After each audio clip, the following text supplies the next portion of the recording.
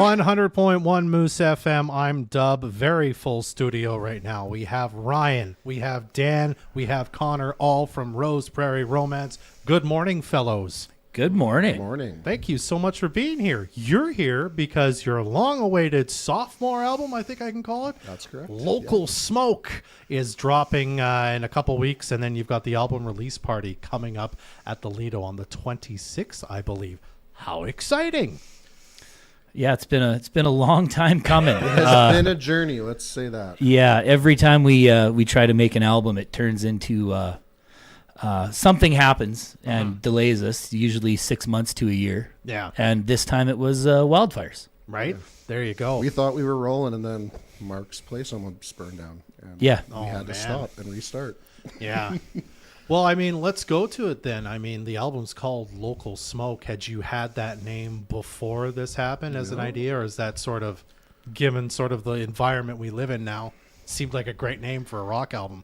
That's exactly it. We named it literally after the wildfires and recording the thing in our local smoke we had in that summer.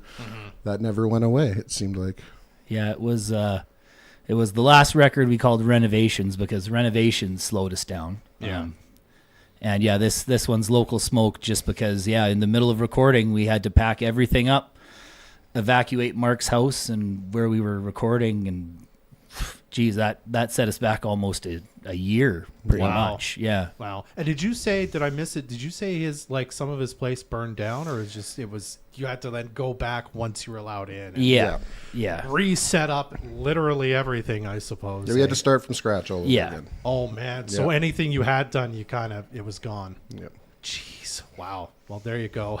If I remember right, I feel like Ryan, at some point, I think it was you, we had talked and you had said, maybe it was at the time of Renovations, you'd already said, we've kind of got our second album already written. So are we going back this far for a lot of the songs on this album? Almost all the songs. I think there's probably 2 or 3 that we wrote in the last, just before we recorded the second attempt at recording. We kind of added a song or two. Yeah.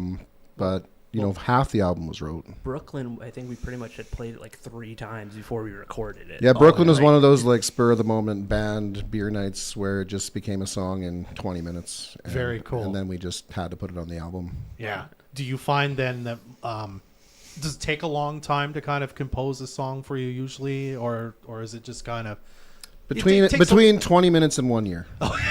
So somewhere in that line. Somewhere in there.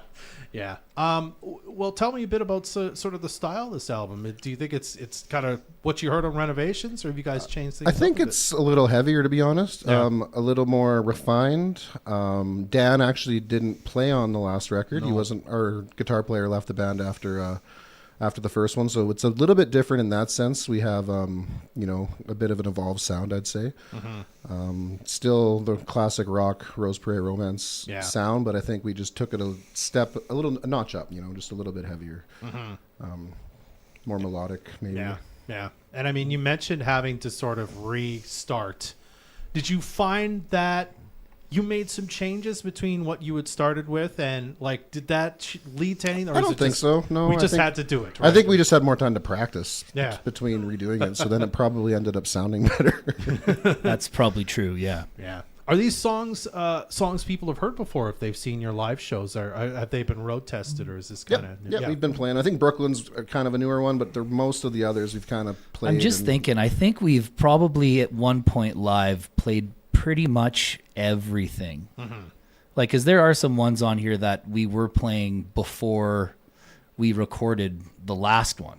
Yeah. There's 2 for sure that have been around for 5 years now. No kidding. So there's I think Brooklyn might be the one that we've played the least. It definitely is. Yeah. That must be a song like that's been around that long, probably evolves over time a bit, eh? You kind of start with, we're going to play this first time like this, and then it changes, I guess. Yeah, it's probably a completely different thing now from when the first time we played it.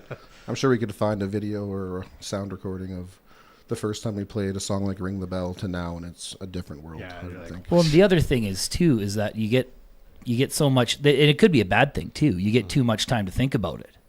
Yeah. Where it's like, oh, we need something here and we need something here. And I think we kind of avoided that recording this time, not just throwing everything that we could at the record. We kind of we tracked everything live, as opposed to last time we did everything individually. Yeah. So we came in with a really good base of rhythm guitars, drums, and bass. So we kind of just recorded everything on a weekend, which was a different way of doing it for us. And we looked at everything and we're kind of like, well, these are all pretty good. Mm-hmm. So basically after the first weekend of recording, I was pretty much done playing bass. And it was just, we'd sit there and go, does this need anything else? Well, I don't know.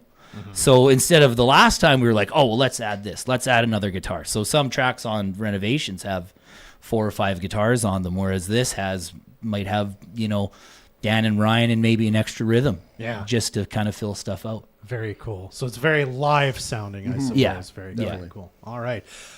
So that album comes out 21st, I believe, Yes, of you April betcha. officially, though you've released, I believe, 4 tracks from 4 it tracks already from it. on the various streaming. You've got a music video for Brooklyn, speaking We of that. Tell put us it about out that. yesterday. Yeah. Well, Brooklyn is about a pizza. Nice. I saw you post, I wonder if everyone could figure it out, and I was like, is it a really obscure, alcoholic drink you're talking about or something? No, just up the road from here, there's a place called Domino's that Yeah. sells a Brooklyn-style pizza, yeah. and that is our food of choice when we record, play a show. And when we were writing that song, it was kind of like we had a cool music to it, but we didn't know what to write about, and we just joked, let's write it about Brooklyn, and then There 20 it was. minutes later, we just put it all together. And it works a little bit too, because if you don't know, the idea was we were going to kind of make it kind of a joke, keep it a secret that it was about pizza. Yeah. Because it's written kind of cleverly enough that you could think it was about your significant other or someone you're trying to go after, but it's just about pizza. You just want pizza. Yeah. And Dan had the You're great idea to throw a Brooklyn pizza on a record player and put the needle down.